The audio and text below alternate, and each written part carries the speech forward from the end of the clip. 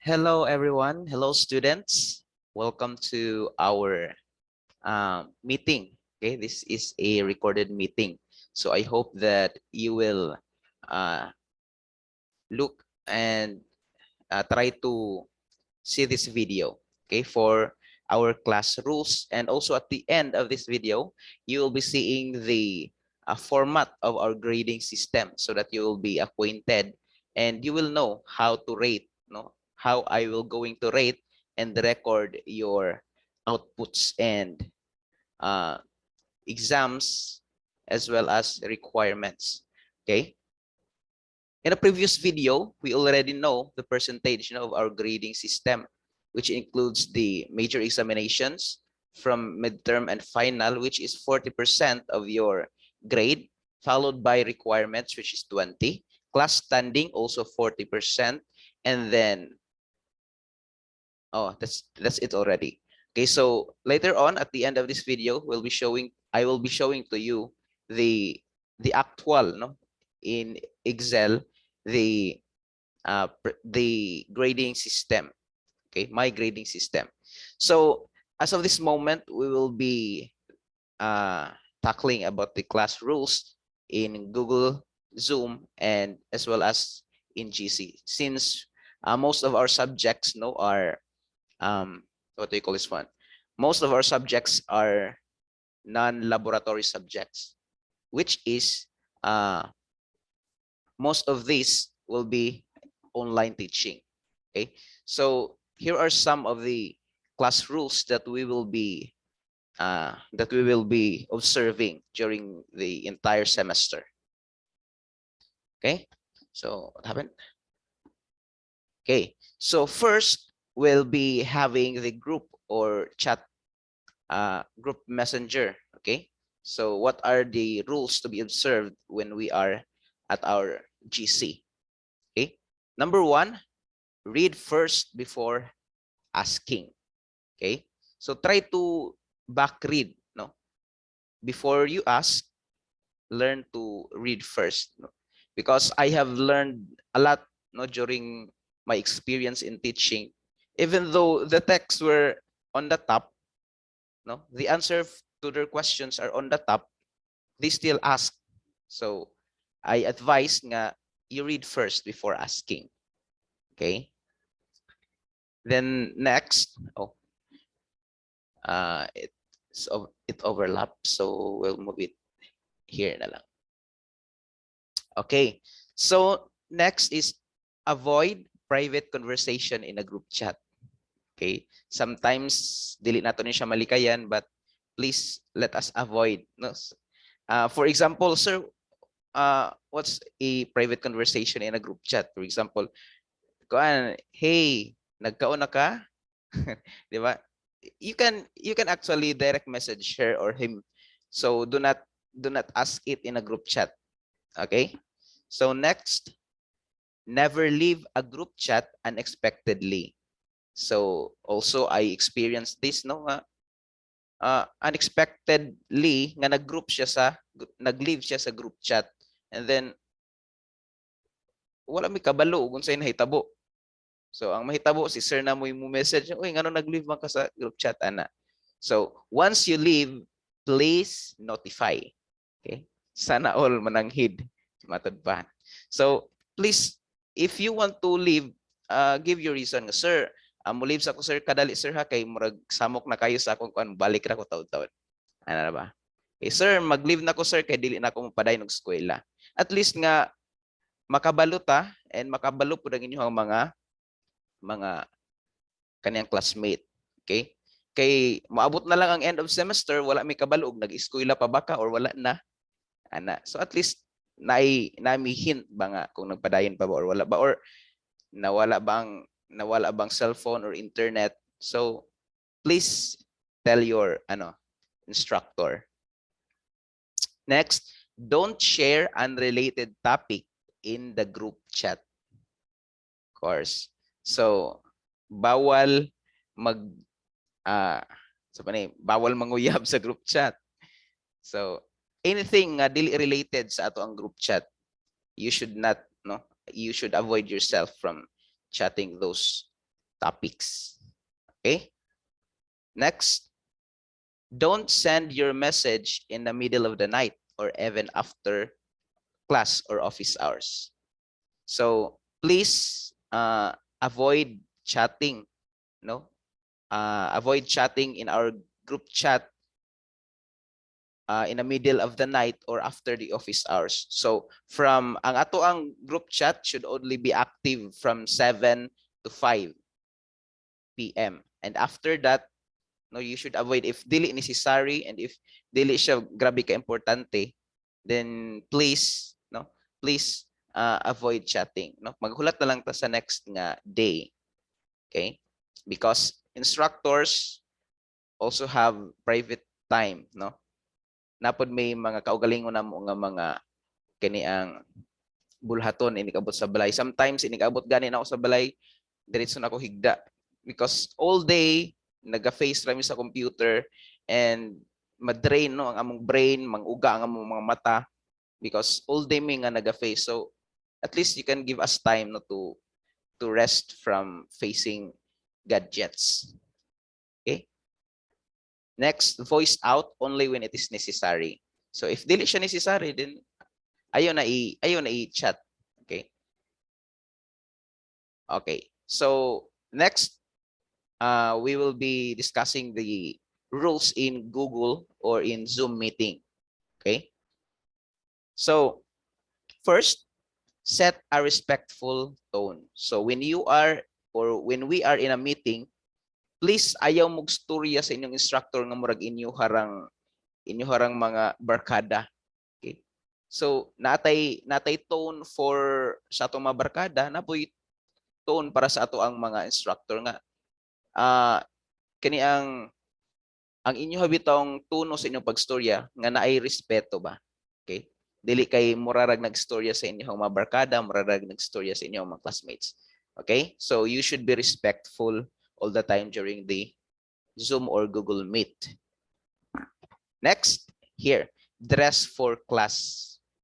Okay? We have 7 a.m. classes. So you should, if you know that you have 7 a.m. class, then you should dress properly. Okay? Dili ko gusto nga nagklase ta nga naay walay sinina nga lalaki, naay nag-sleeveless nga mga babae, nag-spaghetti, o naay mga walay mga panudlay. Okay ra nga walay ligo basta dili mahalata. Okay? Manudlay pod para sa mga babae. Okay? So, next, be on time. Kini be on time during meeting. Instructor will notify you ahead of time that, okay, tomorrow 7 a.m. to 8, we will be having a Google Meet. So, expected nga inyo gina siyang i-prioritize. No? Dili maglimot-limot. Be on time. Pag ingon ni sir nga, okay, you can enter now the platform. Sunod-sunod na dayon. Okay? Wala na hapit na mahuman ng klase o sa pamangutana nga, sir, dili na ko kasulod. Di ba? Kay once nga magsugod na og discuss ang instructor, dili na siya makabantay kung kinsa toy makasulod, no? Dili na makita og kinsay kailangan i-admit ana. So be on time. Okay? Next, mute your mic all the time unless you are called. Okay? So when you enter the platform, automatic mute. Okay? When I call your name, then that's the time you will unmute yourself para nga madungog mo. Next, inform the family members that you are in a meeting ahead of time. Sometimes kay dili mo kita makagawa sa balay no, kay naarang internet sa balay. So please ahead of time inform ang inyong mga ginikanan nga mag Google Meet sa mimaha ay sagsaba-saba. Kay usahay when we are already in the Google Meet, no, magsugo ang mama nga, oy, paniligsa. O paghugas ang plato. So, please i-inform sa inyong family members, especially sa atong mga manghod nga sabaan, no? Atos lang i-inform para makafocus mo sa inyong discussion. Okay? Next, please keep the video on throughout the class time and audio muted when not speaking. So, sir, nganong kailangan day mi mag-dress, nganong kailangan mi nga presentable because you will keep your video on and your mic off. Okay, kay basin bayag nagsig-discuss ang inyong instructor, but then again, you are not there. Okay? Nang hilo ba mo, nanilhig mo, nang hugas. So, mo na reason nga nga kailangan natong i-on ang atong video. Okay? Video on. Para nga ma-aware si sir if you are listening or you are doing something. Next, notify your instructor if you stop schooling. Okay, this is very rampant during online class, no? Na yung mga student nga dili sila magpabalo nga wala na sila mag-eskwela. So ayha pa sila magpabalo og i-chat na sila nga oy, pulana unsa man nagpadayon pag eskwela. Ano siya nga moingon dayon nga, "Oh sir, wala na ako nag-eskwela sir, kaya ni ana." Diba? So please i-inform po ang inyong instructor. Okay? Next, reach out to your classmates. Kini. Kung na behind na mo sa ato ang topic or naamoy daghan nga mga activities na nga wala na ninyo ma-answeran, try asking your classmates nga, uy, unsa day ko ani sir, unsay gihatag nga mga assignments ni sir kay basin wala ko na guba mo gud cellphone. So try to reach out to your classmates or natay mga classmates nga naara sa tong silingan, then you can go there, no? Kung for example naguba imong cellphone then ang imong classmates na then try to reach out, no? Dili ko gusto nga, sir, wala ko ka-answer sir kay nawalang internet diri sa amo. Try to be resourceful ba, no? Try to be resourceful. Okay, so we are done already with the class rules, no? Then we'll proceed to the submission of outputs. Okay. So in submitting your outputs, no, there are instructions. So please read the instructions carefully. If your instructor said nga written, handwritten, walay mag-encode. If moingon si sir nga bond paper, walay mag-yellow paper. Okay? So I hope nga you understand. Read instructions carefully, understand the instruction. Okay? Because not following instruction will be discarded. Okay? So name your documents with your name, last name, given name, and middle initial. So for example, mag-require si sir og naka-document, no, naka-word. So pag magpasa mo sa ako, dapat ang name sa document is your name. Okay? Your name ang ipangalan sa inyong document. Next, for video output, put your name at the beginning of the video. Okay? I-flash sa inyong screen before mo magsugod kung kinsang mga taong appeal sa video para nga mailhan ni sir. Okay? Next, written output. So sa mga written output, should be written on bond paper with margin. Okay, sa mga written outputs, again, dapat naka-bond paper. Handwritten handwritten. Dapat naka-bond paper with margin. Kabalo man siguro margin, no? Okay, margin, 1 inch. 1 inch from the top, bottom, left, and right. Okay? Next, keep your outputs in an envelope. So never leave your outputs anywhere. Okay? You should keep that because at the end, we will have an portfolio. Okay? So, ayaw ilabog ang inyong mga outputs. I-keep na siya. Kaya, inyohan ang ipasa sa ACUA at the end of the semester. Okay? And I guess that would be all, no, for the passing of outputs. So, as what I have told you at the start of this video, that I will show you the grading, no, system in Excel. So, wait for a second.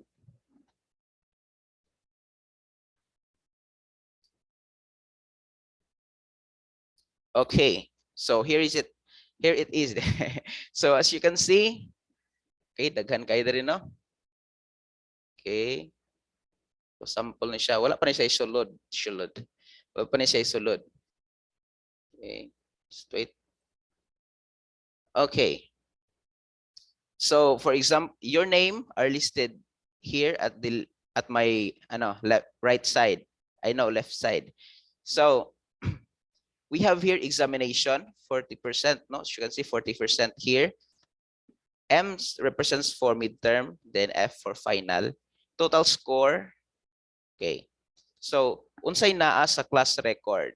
Mo ni siya, requirements 20%. Isa ray requirements na to. So, na siya requirements. For example, magpa-require si sir sa inyo og video. So, diha na to ibutang ang inyong grado sa inyong requirements. Next, attendance. Of course, appeal sa ato ang grading system ang atong attendance. So, ang atong attendance will always be at your GC. Okay? Because it's free and dili mo makaingon nga, sir, wala ko attendance because wala ko load.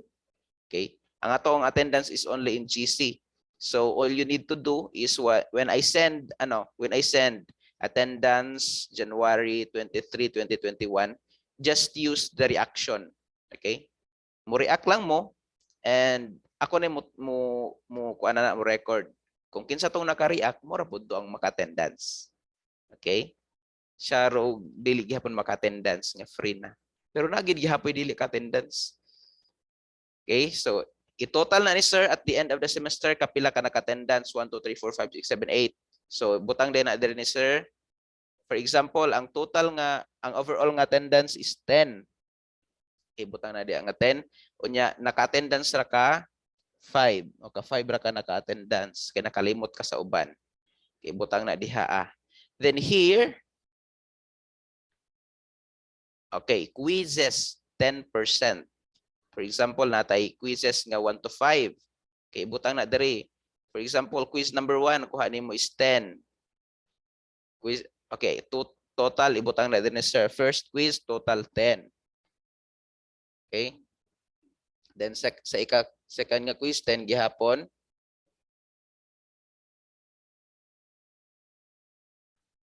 Okay, ana. So, for example, in 10 items, you only got 3, 4. Second, you only got 5.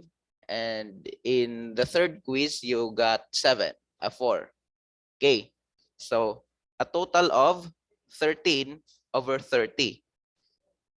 Okay. In oral recitation, because we are online, so we need an oral recitation every time. So, first oral, second oral, and third. So, diyan na ginabutang ni sir.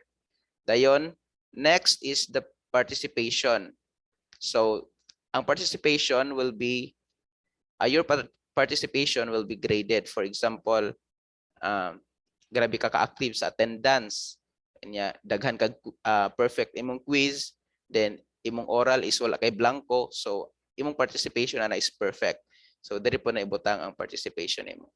So, at the end of the side, so diri na din ito makita ang inyong mga grado. Diri, total weighted rating. Okay? So, diri na makita if 95, 96, and then diri sa pinakakilid 1.5, 1.6, 7.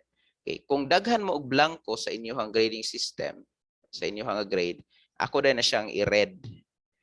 I-read na ni sir para nga dili malimtan nga daghan kay kulang. Okay. Even though kompleto ka sa requirements, attendance, quizzes, oral participation, pero ang imong exam is 6 over 50, 20 over 100, mabira dyan na imong grado. Bisag dagko kag score sa quiz, dagko kag score sa oral, but ang imong examination is dili ka pasar, then mahulog na nga ang imong mga mabira ang imong score. Okay? So, because examination is 40% sa inyong grade. Okay? So, I guess that would be all. And if you have some questions and clarifications, pwede mo mag-comment sa ito ang comment section. Okay? Thank you and God bless us all.